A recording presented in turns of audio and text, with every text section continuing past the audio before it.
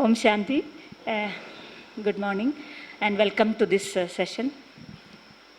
So I thought I will just share with you some of the studies that is going on in our department in the past 20 years. And the title is Neuroplasticity, Meditation and Consciousness. In this, I will just explain to you while doing meditation, how meditative techniques or meditation helps to, integrate the brain functions.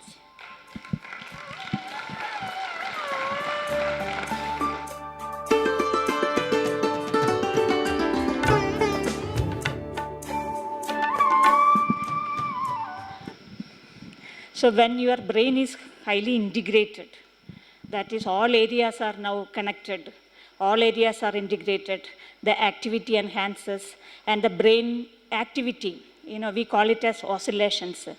That will be oscillating in the, towards the lower frequency range. That is between, I can say, around 5 to 12 hertz. So when your brain oscillations are in this range, that means you are very happy, and then the meditation can now take you to different states of consciousness and to blissful ecstatic states, and during which even the personal growth attains, like spiritual attainment occurs. So we have looked into these proficiency, meditation proficiency related changes in the brain and mind also. So these are some of the definitions we use, meditation and dhyana, from the neuroscience perspective. So you don't have to worry about it. But meditation in general, meditation is a tool that has been introduced in ancient India almost thousands of years ago, and as a device that aids in your spiritual path, actually. But in the contemporary world, now we neuroscientists uses meditation as a tool to understand the immense possibilities, immense capacities of the brain and the mind. So in a simple term, the definition what we use is here, like it is an intense sensory, emotional and cognitive experience, and that modulates brain functions and enhances our mental capabilities. So when you meditate, you can see that you are not only become very happy, you become very aware of yourself, and your mental capacities are increased. So then the question comes, so what are the mental capacities? There are many studies, or even your own personal experience. We know that meditation promotes relaxation, enhances positive affect, that is positive feeling, and regulates negative affect, that is all the stress related behaviors are now gone, anxiety is reduced, and thus it helps us to have a better coping abilities and satisfaction in life.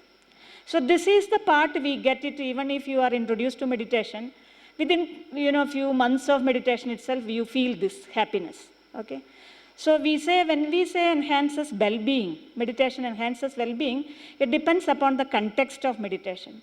That is, suppose if you are a beginner, you are now happy, you have better scoping skills and satisfaction in life. So there we say that it is just a happiness. Whereas now when you become proficient in meditation, you can see that your other capabilities are increasing. That is, you become more attentive, attention capabilities are enhanced, you become more aware, awareness increases, your cognitive abilities are enhanced, your emotions, now you can regulate your emotion. Not that, you respond to emotions. Now you will not react to emotions, you respond. So that means there is a cognitive control of your emotions, and definitely self-regulation. So that during meditation you realize yourself, self-discovery, self-development, self-regulation. So these are the steps in your spiritual path. So overall it enhances well-being. So well-being, when we say, it depends upon the context. So towards the end, during your spiritual journey, this well-being, we talk about the personal growth, how you have grown in your spiritual path, how you compassionate you have become, how generous you have become, how altruistic you have become. So you see that there is a total transformation of our individual consciousness. We are slowly becoming a different individual. So that means our behaviors are changing. So when there is a change in the behavior, that is a reflection of your brain activity. So it is the brain activity we are seeing through your behaviors. So how that brain activity is occurring? So we use certain terminologies like neuroplasticity and also cognitive reserve. So neuroplasticity is that brain possesses this phenomenon, incredible phenomenon of neuroplasticity, that is brain circuitries are ever changing. Even when we are adult, old, the brain circuitry is very scintillating, very plastic in nature. It keeps on changing its organization, its connectivity. So that terminology is called as, that ability is called as neuroplasticity. And because of the neuroplasticity, definitely our thought processes and behaviors are also changing. Okay. So initially the changes you see in terms of structural plasticity, you can see that the neural structure is changing, connectivity is changing. But towards the end, when in your spiritual path, there is a total change in the property of the network itself.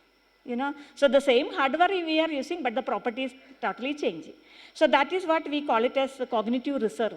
We have a lot of cognitive reserve capacity. And so that makes the brain more resilient. If you attain that, like you can see that the brain has the capacity now to utilize all the connectivity and the cognitive flexibility. And that means you can carry out multiple forms of cognition, and you are becoming more and more, efficient in your thought processes, in your behaviors. So these terminologies, cognitive neuroplasticity and cognitive reserve, are very important as far as to discuss about this effect of meditation on brain functions. Now, we have been discussing about, and there are, from 1920s onwards, there are many research studies are going on in India and abroad, but nobody talked about brain. What is its influence on brain function? It is one Indian scientist, Professor B.K. Anand, from All India Institute of Medical Sciences. It was he who was just recorded the electrical activity of the brain and found that during yoga practice or during meditation, there is a tremendous change that is occurring in the brain function. And this, you can see these brain, activities. Brain activities becoming, bigger, highly amplitude brain activity with a frequency of around 12 to 14 hertz. So we call it as an alpha waves. So it is Professor Anand who has demonstrated the presence of alpha waves in brain associated with meditation. So that is one permanent change that is very important. That occur during your meditation session.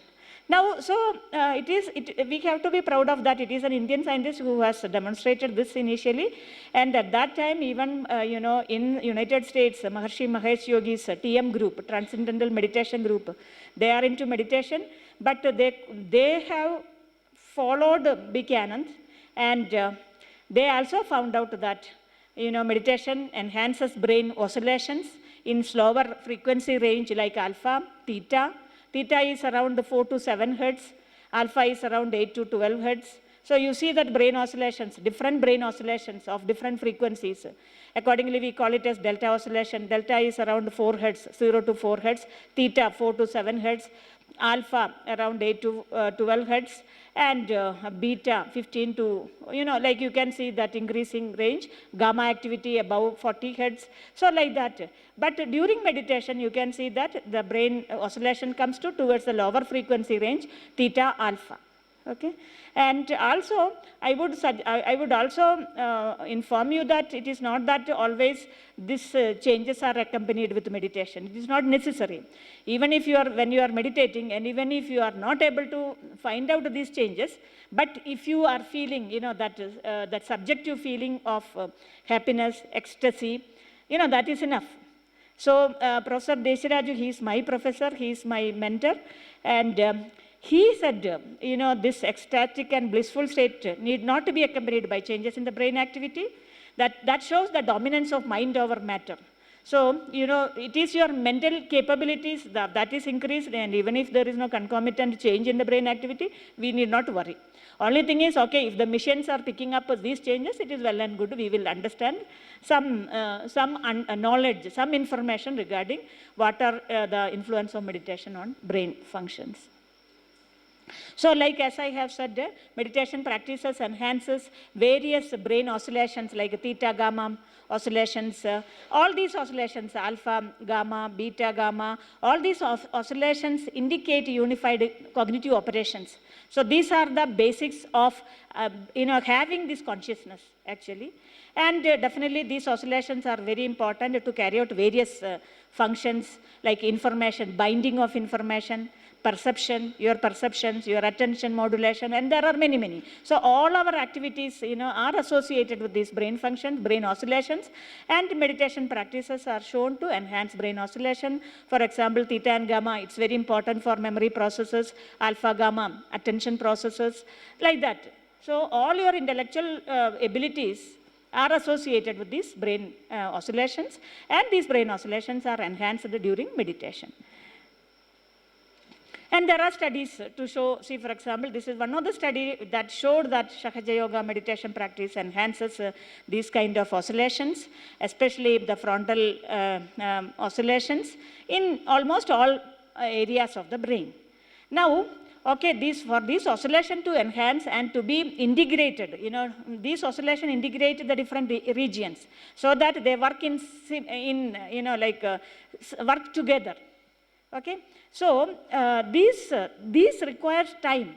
So only proficient meditators only will have all these, will be able to achieve these longer oscillations that connect the brain areas and have this kind of, crosstalk between the different areas of the brain. We call it as integrated. So this means the brain integrity comes only associated with a long-term proficient meditation. So in this case, Sahaja Yoga meditation, they have observed that the long-term meditators, having more than 16 years of meditation, more than 10,000 hours of meditation, practice only could show this kind of brain integrity. Whereas short-term meditators could not show such integrity, and definitely accordingly their behavior is also totally different. Like focused, so these are representations of focused internalized attention, blissful experience, and so on. And also now recently with the advancement of this imaging technique, MRI techniques and all, PET scan, we are able to understand the brain itself, the brain activity, the dynamicity of the brain in meditators.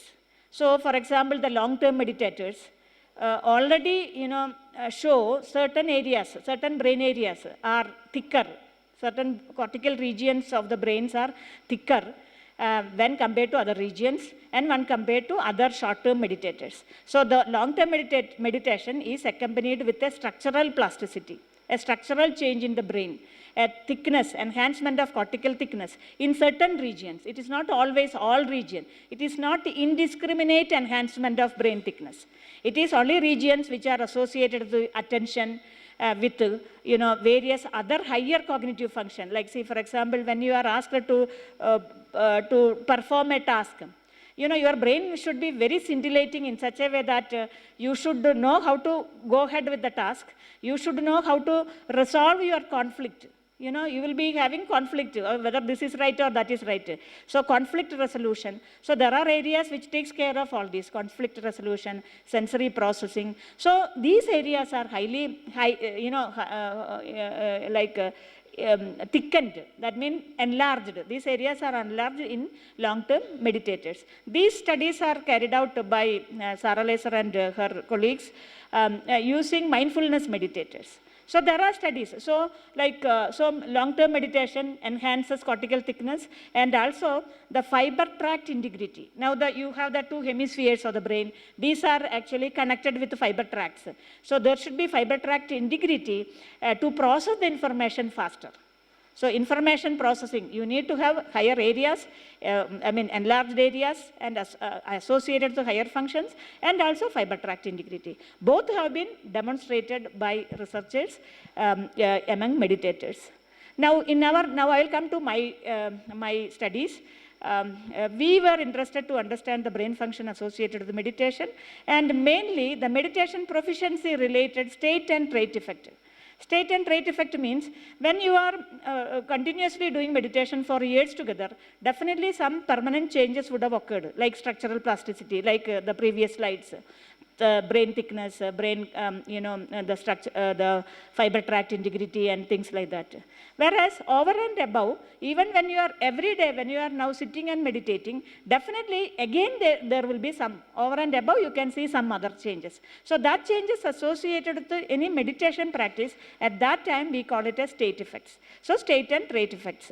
And we have seen that we have studied many meditation schools, like Vipassana meditation, Brahmakumari's Raja Yoga meditation, Isha Yoga meditation, heartfulness meditation. So my group, we are interested to understand how each technique influences brain, and how each technique influence brain and also influence consciousness, influence your mental capabilities. It is not to compare, okay, one school of meditation to other. It is not that. Each technique is very unique in its nature, and each technique will induce various brain activities. And, you have different ways, to attain spiritual attainment. So that is it. And we have looked at not only during the brain activity during meditation, the cognitive abilities in the meditators, and also the sleeping. Because sleep is also very important behavior. Sleep carries out various important functions, and sleep prepares you for the, to carry out all your work for the next day. So sleep is very important for well-being. And we have very consolidated, I will come to that. So we have looked at all the different states of consciousness to understand this. And so this is the one, Dr. Ramjayam was mentioning that just a minute meditation, rapid voluntary conscious state shifts in long-term meditators. We have carried out just a study just to see the rapid, reversible as well as reliable state shift at will.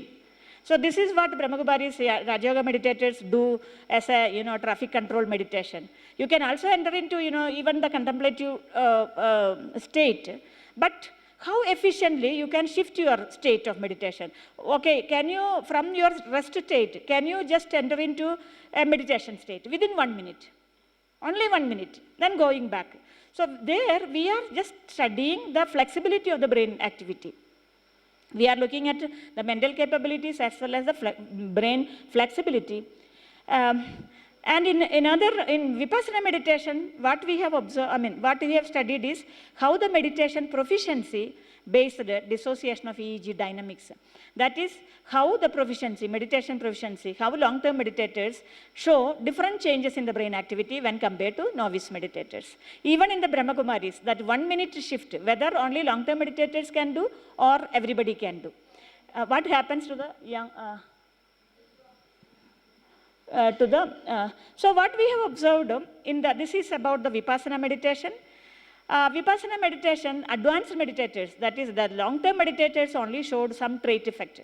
Like I have already mentioned to you that the theta alpha is the low frequency range, and these are associated with sustained attention and awareness, positive emotion, feeling of happiness, enhanced self-regulation. There are many, so when you are feeling all this, that is accompanied with a concomitant change in the brain activity towards the theta and alpha. This is shown only by the advanced meditators.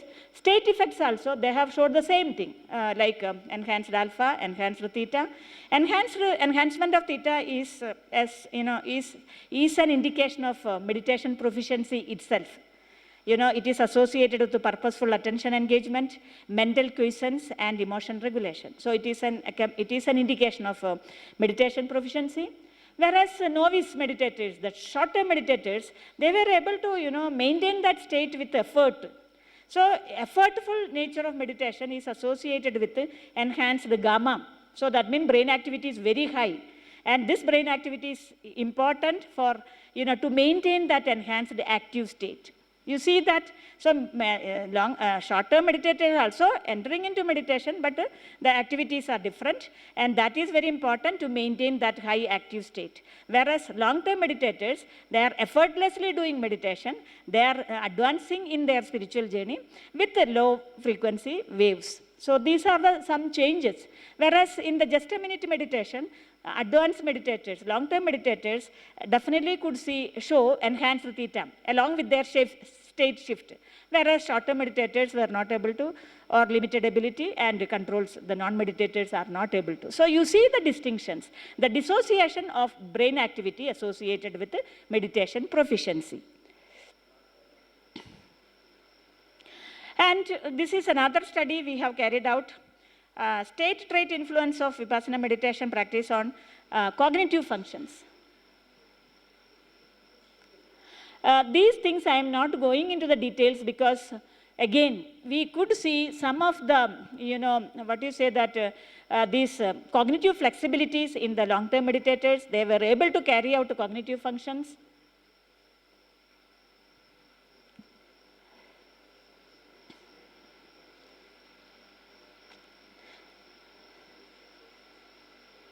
So we were able to dissociate the brain activities, the cognitive functions among the advanced meditators as well from that of the short-term meditators. Now coming to sleep, this picture, this we call it as hypnogram. This hypnogram, we can record this hypnogram. See, for example, when you go to sleep, the whole night we'll be recording from your brain and brain activity. We compute all these activities and we get this thing. So this talks about, how good your sleep was, how efficient your brain function was to maintain proper sleep states. Okay, we have observed that the long-term meditators have got a proper sleep organization with enhanced slow-wave sleep and REM sleep with various different states of sleep, which are very important to maintain proper sleep, not only proper sleep, but also to induce various plasticity events. I told you that. So brain plasticity, major brain plasticity events occur during sleep. And the same, almost similar effect has been already carried out, has been done in 1997 by the TM group, the Transcendental Meditator group. They have also observed enhanced theta alpha and delta, decreased EMG activity, decreased, enhanced slow wave activity. Slow wave activity, we call it as a restorative sleep. This restorative sleep is very important to enhance your hormone functions, to enhance the immune functions, to take up the wear and tear mechanisms, to energize your body, energize your brain. So all these are very important. And enhance REM sleep, you would have heard at least the terminology, REM sleep.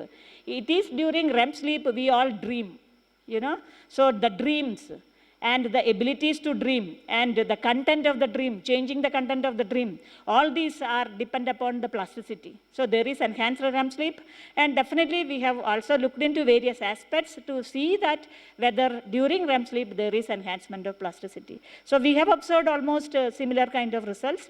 So Maharshi Mahesh Yogi's group, they call it as this state as a stabilized and evolved higher mental state. They call it as a transcendental consciousness state.